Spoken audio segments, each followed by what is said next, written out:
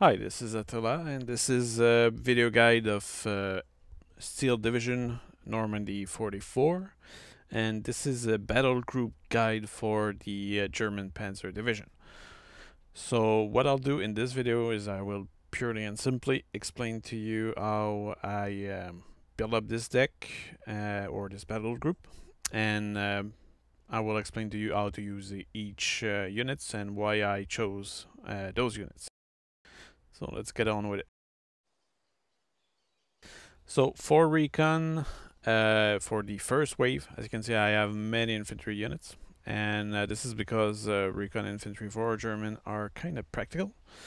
And that first type, the Battlegroup, they have an AFTRAC, which has a machine gun. So that's very useful to suppress the enemy. Also, the unit itself has 5 soldiers, even though it says a strength of... well, actually, it's 4 soldiers, but you have a machine gun, and I suppose 1 soldier switch when he's out of ammo to another gun. So it's useful to scout in town, for example, but it's not as effective as regular infantry. But this is really a useful unit to have. The fact that you have an AFTRAC make it a bit slow. So that's why here I have the Ausklarer. I'm not sure how to say that, but this one is a smaller group of infantry, which means they might be more stealthy, which can be useful. So you clearly don't use these guys for fighting, but they come with a vehicle which is faster than the AFTRAC, so you can get somewhere faster. And also the vehicle itself has a pretty good gun. So you have a 20mm gun with some AP power, which make them effective against enemy AFTRAC. Also, you have a machine gun, so that's useful. It's a useful vehicle to have, so 3 group of that. Finally, for B wave, I'm bringing the SPW 233 because you have a fairly good gun with some HE power, so it can be effective at suppressing infantry and scouting for you. And yeah, that's it. In terms of infantry, I'm using the 3 groups of Panzer Grenadier, but there's a small difference here. That first group of Panzer Grenadier use Opel Blitz, which make them cheaper to buy, and you can have more at the beginning, I guess. And the fact that it's an Opel Blitz make them faster than an AFTRAC. So that's good early on when you want to get somewhere, but at the same time, the fact that you don't have an AFTRAC prevents you from having much suppression capacity. But these troops are also good at destroying tanks sometimes if you ambush them effectively. You also have 2 MGs, which I guess is a good thing. Then I bring 2 group of Panzer Grenadier with AFTRAC this time, which means that this is a bit more expensive, but the AFTRAC is really effective to help suppress the enemy infantry. So 2 group of that. Then some Pioneer. This unit is not that expensive, and it's acceptable for making a big push with your tank. I guess they will attract the enemy fire, which make them interesting in a form of cheap recon, I suppose. But of course they don't have anti-tank, and they are okay overall to fight infantry in town. But I somehow use them mostly to push forward with my tank following them, so it's an effective unit for that. They also have a truck, so make them faster to get somewhere. So they serve you as a kind of a cheap infantry. Okay, Sturm Pioneer for the Wave B, and the Pioneer here were also for Wave B, and these one are a bit more specialized, so they have flamethrower, perfect to clear a town or a forest. Not that great against infantry in the open. This is really the kind of close quarter unit, very specialized, and you have an AFTRAC, which can be an advantage. I recommend it. And here another group of Panzer Grenadier for B wave. This time they have a bit of experience, and the same rationale goes for these Panzer Grenadier over here. And I guess it's important to have more because you never know what happened. You might have had a disaster at the beginning, so it's best to have more. Also for B wave, I bring MG42, and I think it's important to have these, especially if you start the battle and it doesn't go too well, having some MG for a defensive purpose can allow you to establish a proper front line. Okay, in terms of tank, I use the Beute Firefly, and this is a really powerful unit. The only downside of this tank is that you don't have any HE power, so it's not as good against infantry or AT gun. But no matter the vehicle that you will face early on, this tank can pretty much destroy it with ease.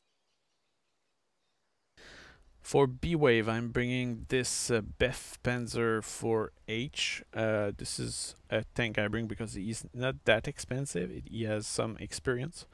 So for B-Wave or B-Phase, depending how you like that, this is a useful tool. You can call it without costing you too much. Also, I think this is a leader, so that means this will boost the experience and morale of the troops around him. So it's useful to have him. But of course, it's not a powerful tank, and that's not why you bring it.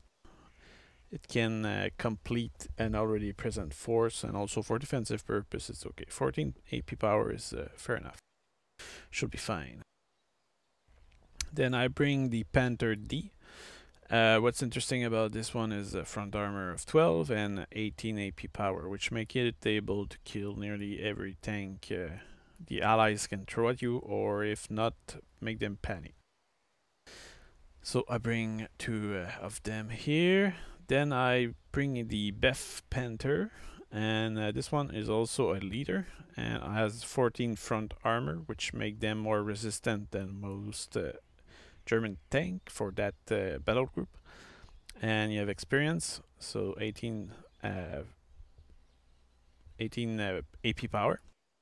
That's pretty good for HE power. So very important tank to have. And then I bring two Panzer G, 13 front armor, 18 AP power. That's good stuff. Alright, so here for support I bring the SPW 223, which I bring early on to support my infantry because this is a leader unit, so you will boost the experience of your troops nearby. And because it's on wheel, you can get out of a situation rather fast. It has a machine gun, so it can suppress the enemy. So this is a very useful unit to bring early on. Then for A-Wave, I bring the Opel Blitz Moon and the Cromwell, the Beute Cromwells, which has 12 HE power. That's pretty good. Perfect to support your troops into taking a town. It's useful to bring it on the first wave. Then for B phase, I'm bringing this vehicle Puma SPW 233, so this has 4 AP power, but the main interest here is really the fact that it's a leader, so that will boost your morale, and it's really mobile, so that's a good thing to have. Anti-tank, so I bring for the phase A some Pak 38 50mm. It's okay to deal with most early tank. You get 3 of them. Then in B phase I bring the Pak 40 with 15 AP power. It's good enough for most tank at that stage as well. And some more for the phase C. And I think it's really important to have anti-tank gun like this because they're really effective against tank. And if you end up being on the defense, you can ambush the enemy with these all over the place. And airstrike will kill them really quickly, so it's important to have many. Okay, anti-air. So one thing that you might notice is that I take absolutely no Flak 38, and this is because this thing is just useless. It's useful against infantry. So I bring this SDF KZ, which is not that much greater, but at least it's on wheel. You can move them around, and it's on track actually. And you can suppress the enemy infantry faster and switch to shooting planes faster. But overall, it's like that's a useful unit to have to support your advance and chase away recon plane. other than that, the A phase anti-air are not really that great. So B phase, you bring the flak 36, 37 millimeter, and what's interesting about this unit is you have 21 HE power, which make them very good at chasing the enemy away. And they also have a good range, 1.6 kilometer, while the other one only has 800 meter. So good gun to have, and yeah, that's useful. Then I bring the mobile wagon, and this thing has 28 AP power and 1 kilometer range, so another good anti-air. And I think these are really important to have these two early on. Well, actually, this one is C phase, but whatever. Because this will allow you to chase away the enemy fighters. And finally, I bring flak 41, 88 millimeters, so a 16 AP power. This thing in one shot usually scare away the enemy planes, so that's really useful to have. Artillery, well, that's up to you. I guess having a bit of everything can be a good idea, but in my case, I decided to go with the Panzerwerfer. So two of them for the B phase, because as an armored deck or battle group, you want to suppress the enemy and make them panic. So if you're not able to do that during the phase A, having this one can allow you to really decimate the enemy infantry, and that should be pretty effective. Then I bring the Verframen 40, which is a bit stronger for that phase C, and some more Hummel, which are also effective at suppressing the enemy. This one is more your regular unit for suppression. And now the issue with what I'm doing here in terms of suppression is that you don't have suppression. Well, you don't have artillery early on, so that can be problematic. But that's a risk you take. And this is largely due to this air support that I get. And here I'm bringing a BF 109 G3 BR21. This one has some rockets, and also you can use it as a fighter. It's not as effective as a proper fighter, but it's effective nonetheless. And I think that's really important that at least at wave B you get some fighters. And I'll bring an FW190 G1 with bombs, because this is a fast plane, so 200 speed, while here it's 200 speed.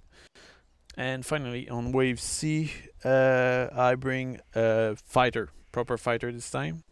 And that's because toward the end, you really need as much plane as possible if you want to get rid of the ally planes.